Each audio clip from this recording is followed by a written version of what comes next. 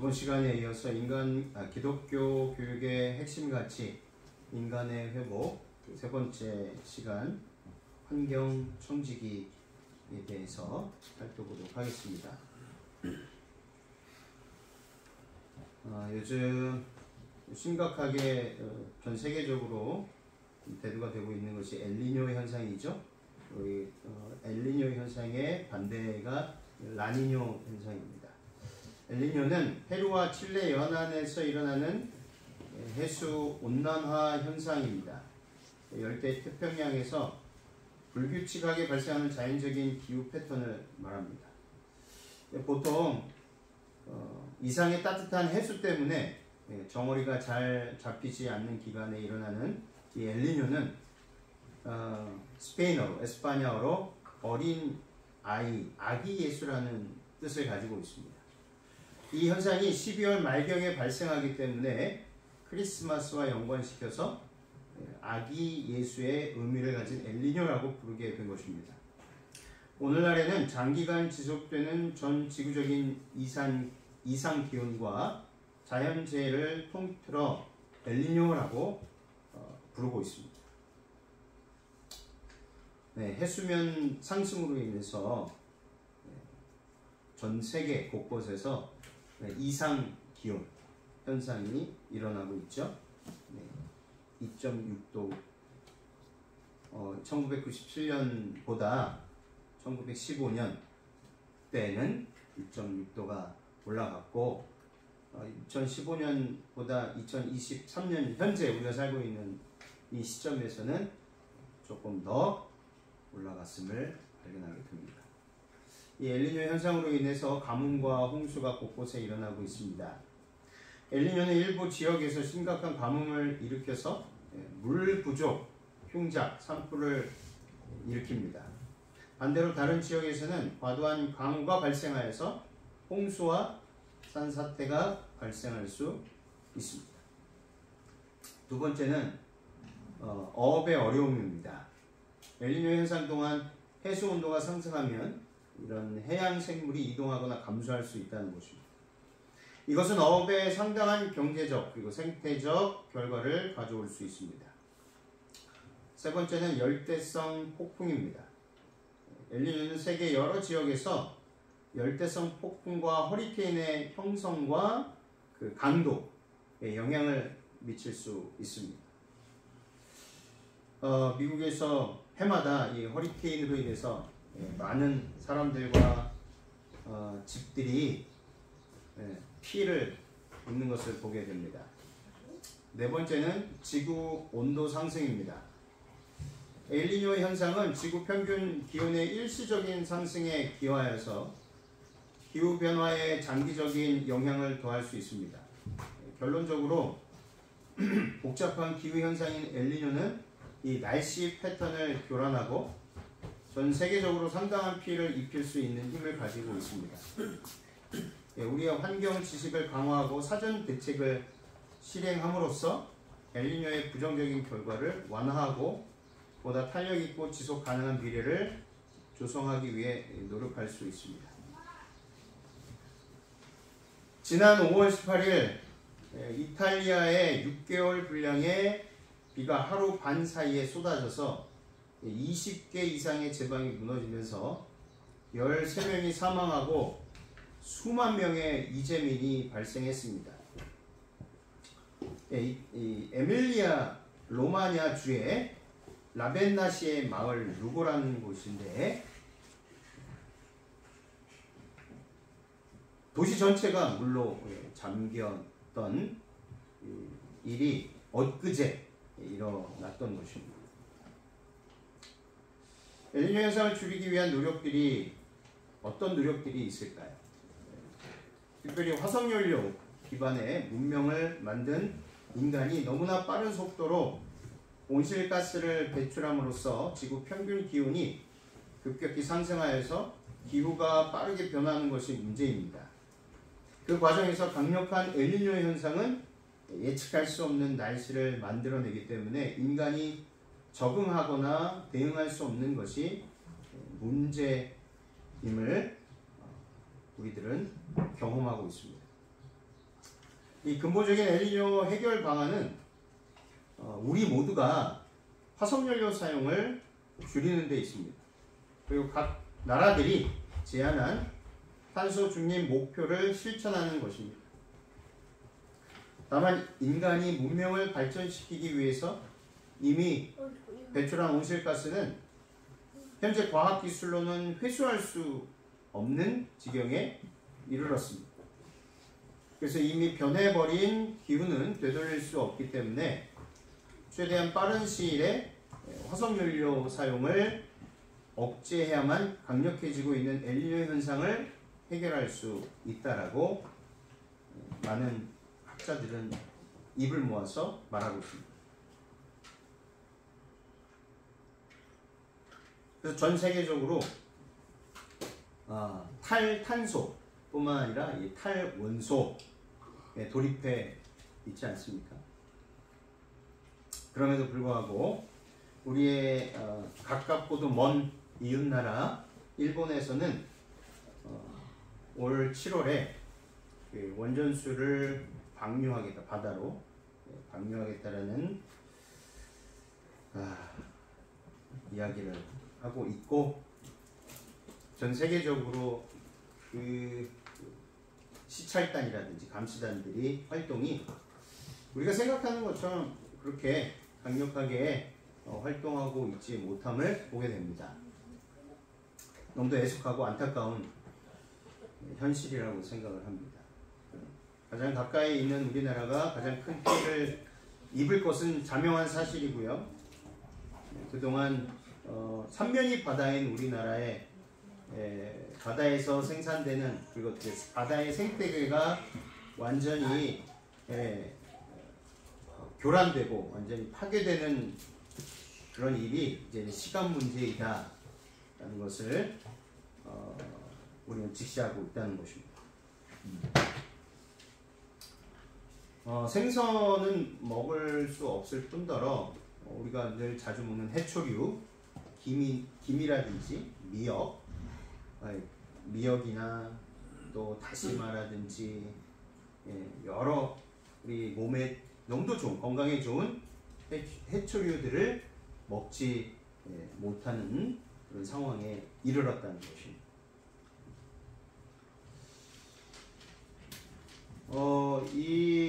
지금은 2003년생이니까 지금은 21살 정도 된 것 같아요. 이 그레타 툰베리, 스웨덴 출신의, 지금은 청년이지만 소녀 시절 15살 때부터 환경 운동에 앞장섰습니다. 지구를 살리기 위해서 한 어린 소녀가 목소리를 높였습니다.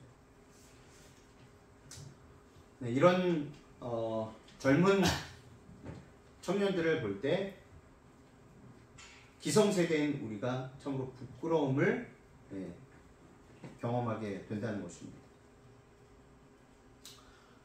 창세기 1장 26절에 하나님이 가라사대 우리의 형상을 따라 우리의 모양대로 우리가 사람을 만들고 그로 바다의 고기와 공중의 새와 육축과 온 땅과 땅에 기는 모든 것을 다스리게 하자 하시고, 하나님께서는 아담에게 천체를 지배할 통치권을 주셨을까요? 천체, 우주. 하나님은 아담에게 바다의 고기와 공중의 새와 육축과 온 땅과 땅에 기는 모든 것을 다스리게 하도록 하셨습니다. 이 우주 안에 셀 수 없는 은하계가 있고요. 그 은하계 안에 태양계, 그 태양계 속에서 아주 작은 행성인 지구에 살 수 있도록 하셨습니다. 우주에서 볼 때는 우리는 점도 안 됩니다. 점도 안 되고 보이지도 않습니다. 그곳을 다스릴 수 있도록 하셨습니다. 그들이라는 복수를 사용한 것은 하나님의 애초부터 사람을 한 사람 이상 창조할 이셨음을 보여주고 있습니다. 아담에게 온 땅을 다스리는 권세를 줌으로써 하나님은 사람을 이 지구상에 군림할 그의 대리자 곧 지배자로 삼을 계획이셨습니다. 창세기 1장 28절 하나님이 그들에게 복을 주시며 하나님이 그들에게 이르시되 생육하고 번성하여 땅에 충만하라 땅을 정복하라 바다의 물고기와 하늘의 새와 땅에 움직이는 모든 생물을 다스리라 하시니라. 하나님이 우주 만물의 창조주라는 사실은 인간 역시 그 창조 질서의 단 일부임을 의미하는 것입니다. 전체가 아니라. 그리고 다른 피조물들과 달리 인간은 하나님의 형상을 따라 창조된 존재이기 때문에 하나님의 창조물 중 가장 뛰어난 존재일 것입니다. 이렇게 인간을 포함한 세상의 창조주이신 하나님은 인간에게 특별한 사명을 부여해 주셨습니다. 인간은 하나님께서 만드신 만물을 돌보는 관리인으로서 부름 받았다는 사실입니다. 그래서 인간은 자연의 소유주가 아니라 자연을 누리고 관리할 존재로 세움을 입었다라는 것입니다. 이 구절로부터 사람들은 인간이 환경에 대해 지켜야 할 기본적인 의무에는 최소한 세 국면이 있음을 보여줍니다.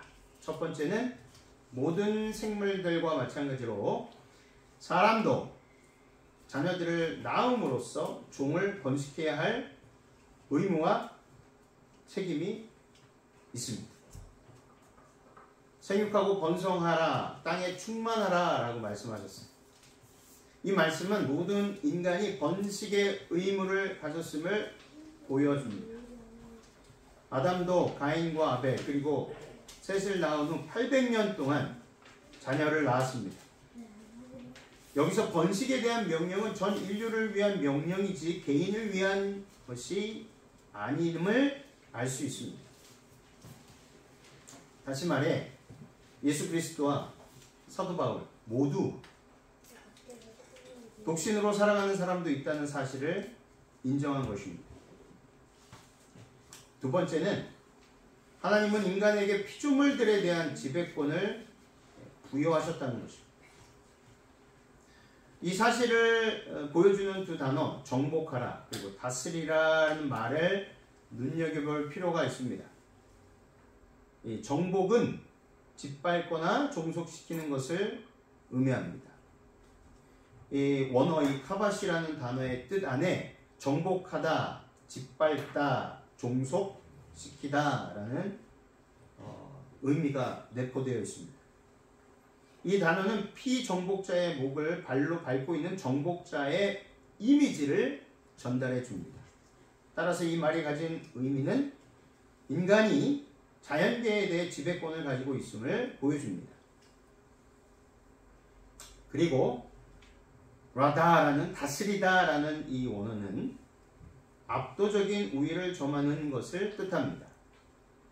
지배자나 승리자로서의 의미를 담고 있는 것을 보여주고 있다는 것이죠. 이 두 단어를 함께 조합해 보면 인간은 단순히 자연의 일부 정도의 위치에 있는 존재가 아니라 자연과 더불어서 그저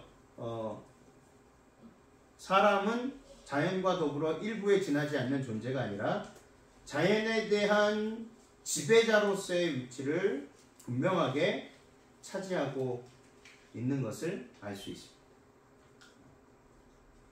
세 번째, 하나님은 우리를 관리자로 세우셨다는 것입니다.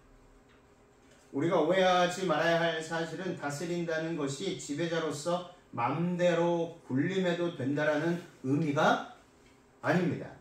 이 지배 의무는 관리자로서의 의무 안에서 고려되어야 한다는 것입니다. 인간에게 부여하신 정복하고 다스리라는 명령은 자연에 대한 착취와는 무관하고 자연을 제대로 관리하라는, 보존하고 지키고 관리하라는 의미인 것입니다. 인간에게는 자연계를 하나님께서 주신 대로 잘 보존해야 할 의무와 책임이 있습니다. 일한다거나 경작한다는 말은 섬긴다는 것을 내포하고 있기 때문입니다. 일한다, 그리고 경작한다, 수학한다, 이 모든 말은 그 안에 섬김의 정신이 들어가 있습니다. 그래서 간단하게 환경 청지기에 대한 성경적 결론은 하나님은 아담에게 천체를 지배할 통치권을 주지 않음으로써 사람의 주권을 이 지구로 제한하셨다는 것과, 두 번째, 정복하고 다스리라는 말은 자연에 대한 폭력적 지배나 이기적 착취를 명한 것이 아니라 자연을 누리고 관리하며 보호하고 균형을 이루며 살아가는 환경 청지기임을 뜻한다는 것입니다. 세 번째는 인간은 환경 파괴자가 아니라 환경 지킴이, 곧 환경 청지기다라는 것을 우리는 성경적으로 그 결론을 내릴 수 있습니다. 그렇다면 우리가 3주에 걸쳐서 기독교 교육의 가치관에 대하여 지금 살펴보고 있습니다. 첫째 시간에는 하나님께 대한 사랑, 기독교 교육의 그 가치관에 있어서 제일 중요한 이념은 무엇이라고 말씀을 드렸습니까? 인간성 회복입니다. 이 인간성 회복에 있어서 첫째가 하는 것은 하나님을 사랑하는 것이다. 그리고 두 번째는 이웃을 사랑하는 것이다. 섬기는 것이다. 그리고 세 번째, 오늘 이 시간에 다루고 있는 우리들에게 주신 또 다른 우리를 위해서 주신 천연계, 생명이 숨쉬고 있는 천연계, 그 천연계를 어떻게 지키고 돌보는 것이냐에 대한 지침, 가르침, 교육이라는 것입니다. 청지기, 환경 청지기에 대한 올바른 현실 교육의 대안이 있는가 살펴보면 너무도 안타깝게 우리 아이들이 어린이집으로부터 시작해서 대학, 그리고 대학원, 그리고 박사 학위까지 취득할 때까지 대부분은 박사들 받지 않지만 그래도 우리가 교육은 평생이다 라고 하지 않습니까? 그렇게 평생 교육을 받고 또 그 받은 교육을 다시 우리 후손들에게 가르치고 하는 그 과정 속에서 환경 청지기에 대한 올바른 현실 교육의 대안이 하나도 없다는 것이 지금 우리가 살아가고 있는 현실이라는 사실. 근데 분명히 하나님께서는 뭐라고 말씀하셨습니까? 반드시 기독교 교육 이념의 아주 중요한 가치이다라고 말씀을 하신 것입니다. 생태교육의 필요성, 그래서 우리는 이 환경 청지기를 이렇게 표현할 수 있다는 것입니다. 이 사회에서 생태교육이라고 표현할 수 있다는 것입니다. 생태교육의 필요성, 생태전환교육의 정의는요, 이렇게 서술하고 있습니다. 기후위기 비상시대, 그러니까 서두에 우리가 사진을 통해서 몇 가지 예를 들었잖아요. 엘니뇨 현상, 해수면 온도가 상승함으로 인해서 온 지구의 나라의 이상 기온으로 인하여 홍수 또는 그 반대의 가뭄, 그리고 엄청난 온도 상승으로 인한 온 식물계, 동물계, 그리고 인간계에 크나큰 악영향을 미칠 수 있다는 것입니다. 인간과 자연의 공존과 지속 가능한 삶을 위해서 개인의 생각과 행동 양식뿐만 아니라 조직 문화 및 시스템까지 총체적인 전환을 추구하는 교육이다. 유럽은 발빠르게 향후 2030년 안에 최대한 내연기관의 자동차를 모두 다 생산하지 않겠노라고 선언을 하고 있습니다. 그러나 쉽지는 않은 현실입니다. 네. 여전히 전 세계적으로 이 석유 부호들이 있고 석유를 시추하는 나라들이 굉장히 많이 있고 아직도 많은 내장량이 이렇게 묻혀 있는 땅들이 있다는 것입니다.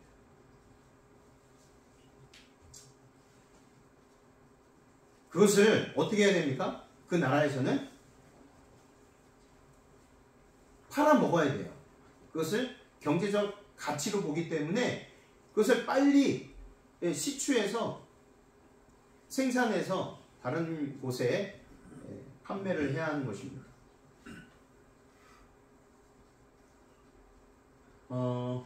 제가 저번 시간부터 독일의 교육에 대해서 계속 말씀을 드리는데 이 생태 교육에서도 앞장서고 있는 나라 중에 하나가 바로 독일입니다. 이 독일인들은요 소비하는 것 자체가 소비하는 것 자체에 죄책감을 느끼도록 초등학교 때부터 교육을 받습니다. 자신들의 잘못된 소비 문화가 환경을 해칠 수 있다라는 전제를 초등학교 때부터 배웁니다. 반대로 우리나라는 초등학교 때부터 배웁니까? 배우긴 하나 적극적이지 않다는 것입니다. 자신들의 잘못된 소비 문화가 환경을 해칠 수 있다. 한 설문에서는 인구의 80% 정도가 환경을 위해 소비를 포기할 수 있다는 결과가 나올 정도면 교육의 힘을 여실히 보여주고 있다는 거죠. 그러니까 기본적으로 독일의 현대 교육을 가능케 한 것은 무엇이었을까? 그것을 살펴보니 아우슈비츠 정신이었습니다. 이 아우슈비츠 정신이 무엇이냐면 무비판이 이끈 비극입니다. 폴란드에 있는 아우슈비츠 포로 수용소에서 정말 많은 유태인들이 학살을 당했습니다. 네, 어떤 사람들은 800만이다. 그러나 어떤 또 역사학자들은 그거는 너무 좀 과장된 것이다. 300만이다, 30만이다. 이렇게 추정을 하고 있습니다. 어찌되었든 정말 많은 너무도 불쌍한 유대인들이 단지 나의 출신이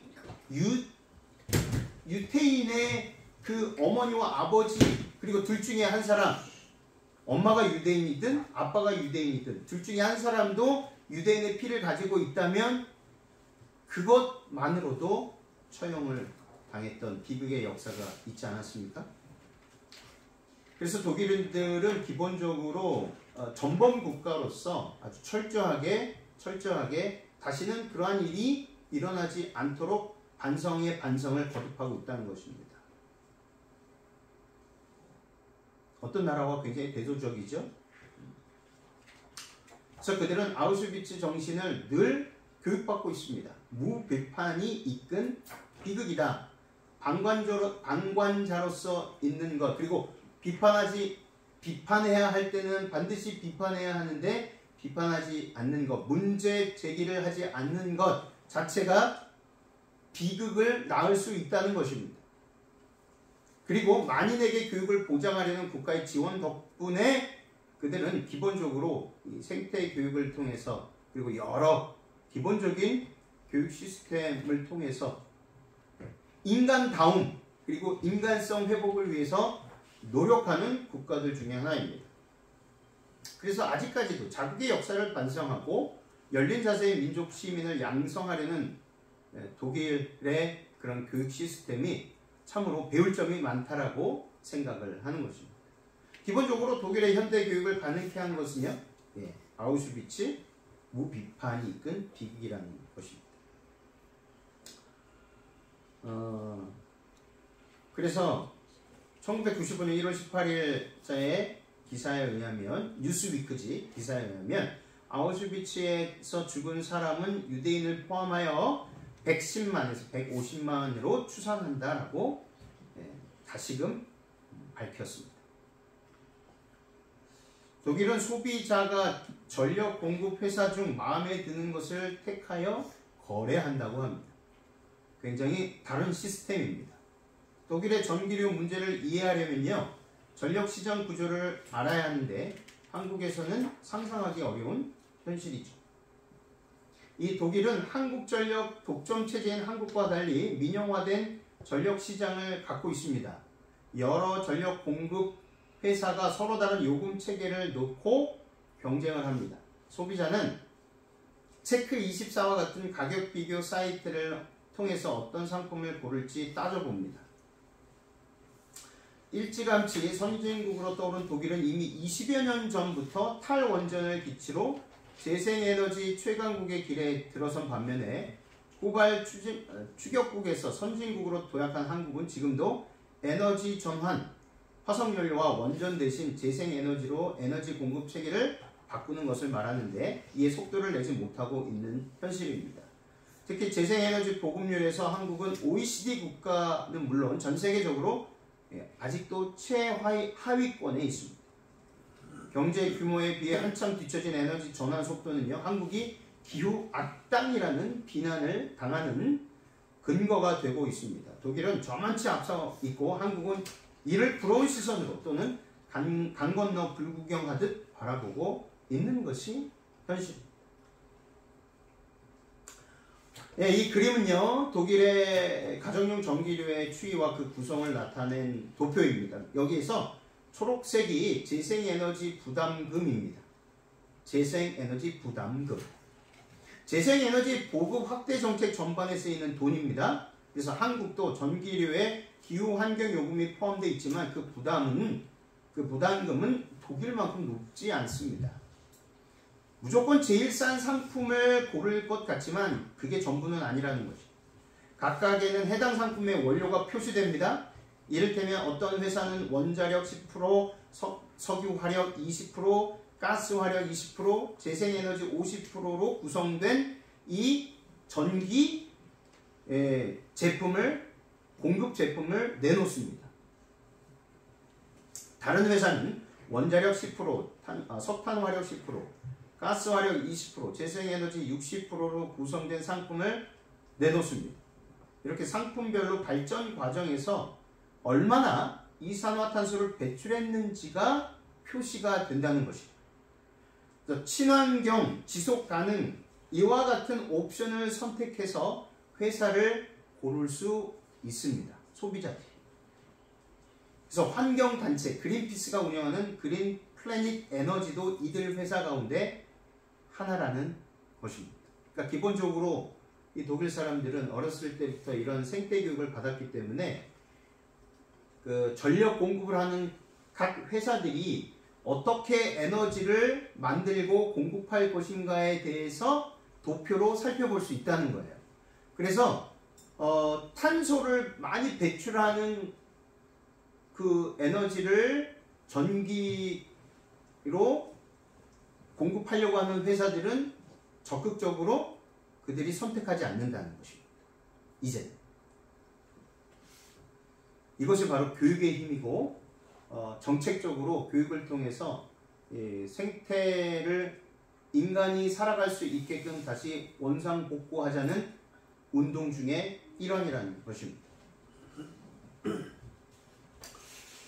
그래서 기본적으로 객관식 문항이 없는 독일 시험 학생들의 경쟁 구도가 없습니다.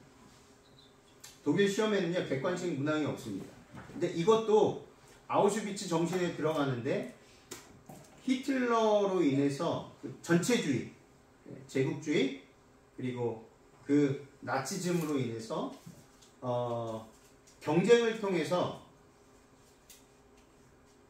약한 사람은 도태되고 강한 사람만이 살아남을 수 있는 세상, 그걸로 인해서 이 전쟁이 발발했다라고 생각을 하기 때문에 그것을 인하여 전범 국가가 되었다고 생각을 하기 때문에 그들은 웬만한 이 교육 시스템 안에서 경쟁 구도를 들여오지 않고 그걸 이제 가르치려 하지 않는 것입니다. 갇힌 정답이 아니라 열린 착오를 요구하는 것이 독일의 교육 방식입니다. 애당초 그들의 수업 방식은요, 우리나라와 매우 동떨어져 있습니다. 그러니까 교사가 먼저 학생들에게 지금부터 내가 하는 모든 말을 비판적으로 들을 준비가 되어 있느냐? 라고 말문을 열고 있다는 거예요. 근데 우리는 어렸을 때부터 어떻게 교육을 받았냐면 선생님이 하는 말, 엄마가 하는 말, 아빠가 하는 말은 무조건 들어, 순종해 라고 그렇게 배우고 가르침을 받았습니다. 그러다 보니 대학에서도 교수님에게 질문하는 학생들의 숫자가 매우 적다는 거예요. 오히려 질문하는 학생들을 제지합니다.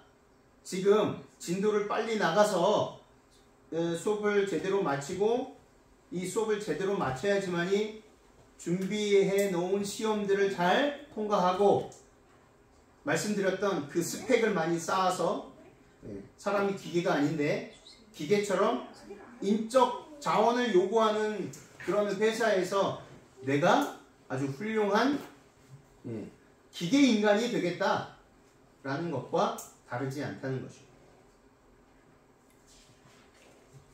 한국 교육의 연약한 점이 바로 입시 경쟁 사회부터 기득권의 사고까지 이것에서 벗어나지 않는 한 성경에서 하나님께서 우리들에게 임명하시고 그리고 위탁하신 환경 청지기로서의 그 역할을 제대로 할 수 없다는 것입니다.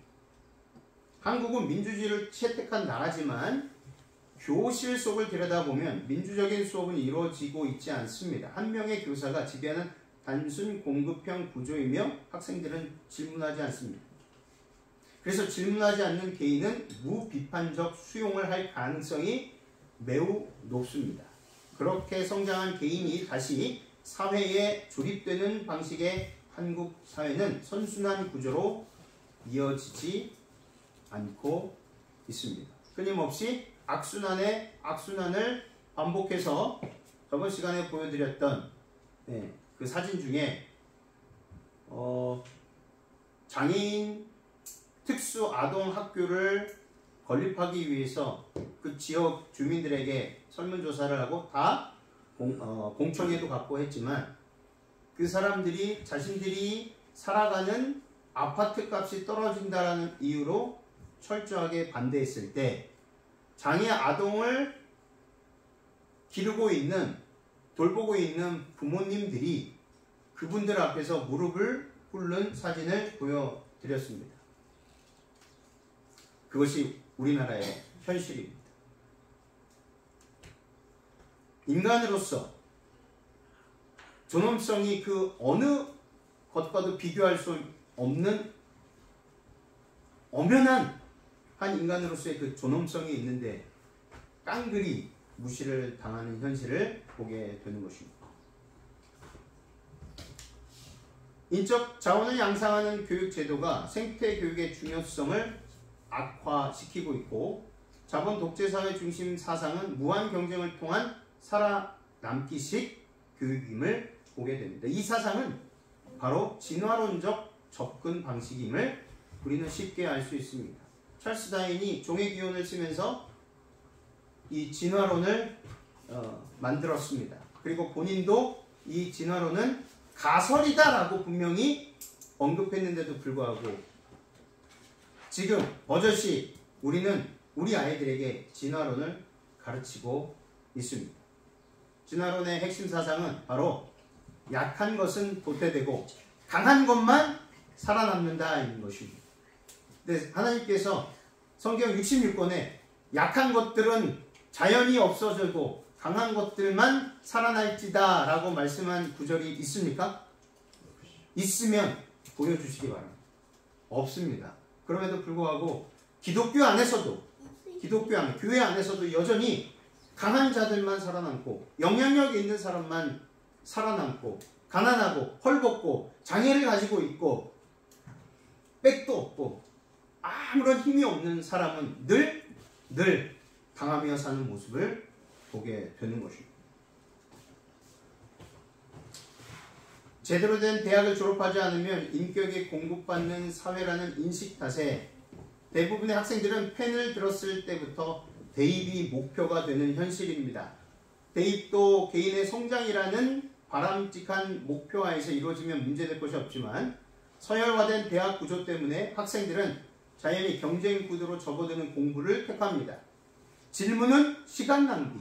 1번부터 5번 중에 정답만을 찾으면 된다라는 식의 교육이 아직도 우리나라 최고의 교육 시스템을 자랑하고 있는 대학에서 벌어지고 있는 현실입니다. 이것은 서열화된 교육의 중심, 대학에서 꽃을 피우고 있습니다. 아쉽게도 현 입시 제도에서는 모두가 승리할 수 없는 것이 현실이고, 그렇다면 우리들은 어떻게 하면 이 난국을, 특별히 우리 아이들이 세상에서 교육을 받으면서 이런 제도적인 교육 시스템 안에서 하나님께서 원하시고 바라시는 교육을 받지 못하고 있는데, 그렇다면 우리 가정에서 그리고 교회에서 이것을 어떻게 타개해 나갈 것인가, 적극적으로 어떻게 이것을 저항하며 우리 아이들에게 교육시킬 것인가, 그것이 우리의 핵심 과제라는 것입니다. 그래서 한국 사회의 지향점은 무엇이냐? 문제의식과 이의 제기입니다. 그러나 여전히 지금도 우리는 교회 안에서도 사회에서는 그렇고 가정 안에서도 문제의식과 이의 제기를 하는 사람은 정말 문제가 있는 사람이다라고 지적을 받습니다. 그리고 왕따를 시킵니다. 다음 세대에게 물려줄 더 나은 미래를 위한 도전 정신이 약합니다. 그래서 우리는 다음 세대에게 물려줄 더 나은 미래와 나라를 위해서 끊임없이 도전해야 하는 것입니다. 이 도전은 선한 영향력을 발휘할 개인의 필요인 것입니다. 개인의 필요. 전체이기 전에 나 스스로가 변화해야 되겠다. 그리고 나 스스로가 이 잘못된 교육 시스템을 바꾸기 위해서 노력해야 되겠다라는 것이 우리가 가져야 할 정신이라는 것입니다. 그래서 생태교육은 환경청지기로서의 의무와 책임을 다하기 위한 필수 과목입니다. 선택 과목이 아니라. 그렇다면 환경청지기의 마음가짐과 삶의 태도는 어떠해야 하는가? 어떻게 하면 이 환경청지기로서 부름받았고 그 직무를 잘 수행하고 감당할 수 있도록 능력을 주셨는데, 어떻게 하면 자원하는 마음으로 이 거룩한 직임을 잘 감당해낼 수 있을까? 이것은 청지기, 환경청지기 의식과 책임감, 통감은 기독교 교육의 핵심 가치인 인간성 회복의 일환이기 때문이라는 사실입니다. 떼어놓을래야 떼어놓을 수 없는 부분이죠. 누가복음 19장 5절, 예수께서 그곳에 이르사 쳐다보시고 이르시되 삭개오야 속히 내려오라, 내가 오늘 내 집에 유하여야 하겠다 하시니, 예수님께서는요 죄인을 구원하시기 위해 이 땅에 오셨습니다. 그 말은 죄인의 아픔에 공감하실 뿐만이 아니라 죄인이 자신의 죄로 인하여 고통당하는 그 고통을 예수님께서는 더 아파하시기 때문입니다. 그를 벌하고 심판하시기 위해서 내려오신 것이 아니라 그가 어쩔 수 없이 지은 죄로 인해서 고통당하는 그의 아픔을 감당할 수 없을 만큼 아파하시기 때문에 그 고통에서 뭐 하시기 위해? 구원해내시기 위하여 이 땅에 오신 것입니다. 삭개오의 마음을 아셨습니다. 그가 자신의 죄가 얼마나 크고 자신의 죄가 얼마나 자신을 힘들게 하는지를 예수님께서는 보셨어요. 그래서 일부러 삭개오를 만나러 가셨고, 그 뽕나무 위에서 이렇게 예수님이 언제 오시나 보고 있는 삭개오를 발견하시고, 내려오라, 오늘 내가 너희 집에 유하여야 하겠다 말씀하셨습니다. 예수님께서는 우리 개인에게 찾아오시고 우리 개인에게 부여하신 그 청지기 직분을 감당할 수 있는 능력을 주십니다.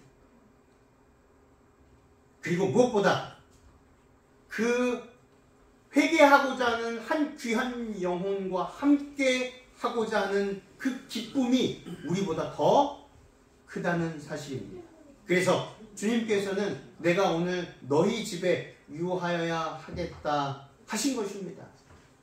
그 기쁨을 이기지 못하셔서 스바냐 3장 16절 그 기쁨을 이기지 못하는데 누구로 인해서요? 너의 하나님 여호와가 너로 인하여 기쁨을 이기지 못하노라. 그 너는 우리 한 명 한 명입니다. 우리 개인입니다. 근데 우리가 의인입니까? 그렇지 않습니다. 죄인임에도 불구하고 주님께서는 우리 한 명 한 명을 너로 인하여 기쁨을 이기지 못한다라고 말씀하셨습니다. 생태신학자 셜리 맥페이가 이렇게 말했습니다. 지구가 하나님의 몸이다. 환경청지기가 되기 위해서는 무엇보다 하나님의 아픔에 동참해야 합니다. 생태신학자 셜리 맥페이가 말했던 것처럼 지구는 하나님의 몸이다.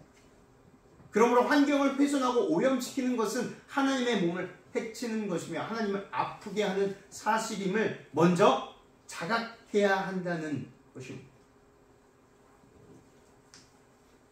로마서 8장 22절 우리말 성경은 사도 바울은 이렇게 고백합니다. 우리는 모든 피조물이 지금까지 함께 탄식하며 함께 해산의 고통을 겪고 있다는 것을 알고 있습니다. 모든 피조물이 우리 개인을 위해서 주신 우리 모두를 위해서 주신 천연계 모든 그 동식물계가 우리와 똑같이 그러나 우리 때문에 우리의 죄로 인하여 탄식하고 함께 해산의 고통을 겪고 있다는 것입니다. 이것은 하나님의 아픔에 공감하며 동참할 때 진정으로 환경 청지기의 그 의무를 깨닫게 되고 그 청지기로서의 최선을 다해서 자원하는 마음으로 동참할 수 있게 되는 것입니다. 억지로 하는 것이 아니라. 시대소망 480쪽 오늘도 못 박히신 손은 세상에 있는 그의 백성들을 더욱 많이 축복하시려 펼쳐있다. 영원히 멸망하지 아니할 터이요 또 저희를 내 손에서 빼앗을 자가 없느니라. 그리스도에게 자신을 바친 영혼은 그가 보시기에 온 세계보다도 더 귀중하다. 한 사람을 구원하여 그의 왕국으로 인도하기 위해서라도 구주께서는 갈바리의 고통을 당하셨을 것이다. 아멘. 다시 한번 보겠습니다. 그리스도에게 자신을 바친 영혼은 그가 보시기에 온 세계보다 더 귀중하다. 한 사람입니다. 한 사람을, 저와 여러분 한 사람을 구원하여 그의 왕국으로 인도하기 위해서라도 예수 그리스도께서는 갈바리의 고통을 당하셨을 것이다. 온 지구에 아무도 없습니다. 단 한 사람, 그 사람이 저와 여러분, 그 당사자, 우리 자신이라고 생각해 보십시오. 그럼에도 불구하고 나 하나만을 위해서 이 아름다운 하늘과 땅과 물과 바다와 식물과 동물을 주셨습니다. 이 얼마나 감사한 일이 아니겠습니까? 사람의 이기적인 마음 외에는 자기를 위하여 사는 것은 하나도 없다. 뭐라고요? 사람 외에는 자기 자신을 위해서 사는 동식물계 하나도 없다는 것입니다. 이러면서 이렇게 설명해 놓으셨어요. 공중에 나는 새나 땅 위에 기어다니는 동물로서 어떤 다른 생물에게 봉사하지 않는 것은 하나도 없다. 수림의 나뭇잎이나 풀잎사기도 다 봉사하고 있다. 온갖 수목과 관목과 풀잎사기들은 사람이나 동물들에게 없어서는 안 될 생명의 요소를 발산하며 사람과 동물들은 그 대신에 수목과 관목과 풀잎사기의 생명에 도움을 준다. 꽃들은 향기를 발산하고 그 아름다움을 펴서 세상에 복을 끼친다. 태양은 무수한 세계를 기쁘게 하기 위하여 그 빛을 보낸다. 모든 샘물의 근원이 되는 바다는 각처에서 흘러오는 물을 받고 있지만 그것은 다시 주기 위하여 받는 것이다. 바다의 표면에서 증발되어 올라가는 수증기가 다시 비가 되어 땅에 떨어지는 것도 땅을 적시어 곡식을 싹트게 하기 위해서이다. 기가 막힙니다. 우리 한 사람을 건강하게 보살피고 살리고 그 천연계를 통해서 기뻐하고 그걸 주신 하나님께 감사와 찬송을 돌리기 위해서 단 하나도 자신을 위해서 사는 존재들이 있다고요? 없다고요? 없어. 오직 누구만 빼고 나만 빼고 이기적인 나만 빼고. 네, 눈으로 읽으시고 요것 중에 가장 중요한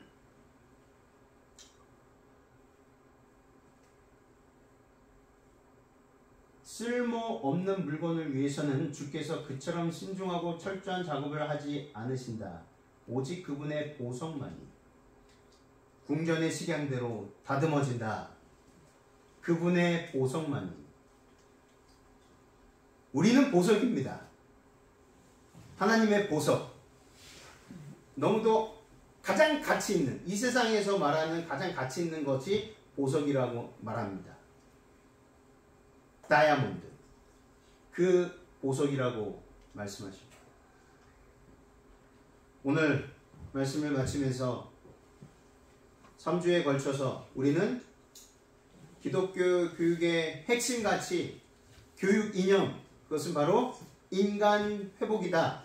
이 인간 회복에 있어서 하나님을 사랑하고 이웃을 사랑하고 환경 청지기로서의 의무와 책임을 다하는 것이다 라고 말씀을 드렸습니다. 이것을 결코 잊지 않게 되시길 바랍니다. 그리고 무엇보다도 이 땅에서 정반대로 교육을, 그리고 그렇게 교육을 통해서 하나님을 적대시하게 만드는 이 교육 시스템 안에서 우리 자녀들을 철저하게 보호하고 지키게 되시길 바랍니다.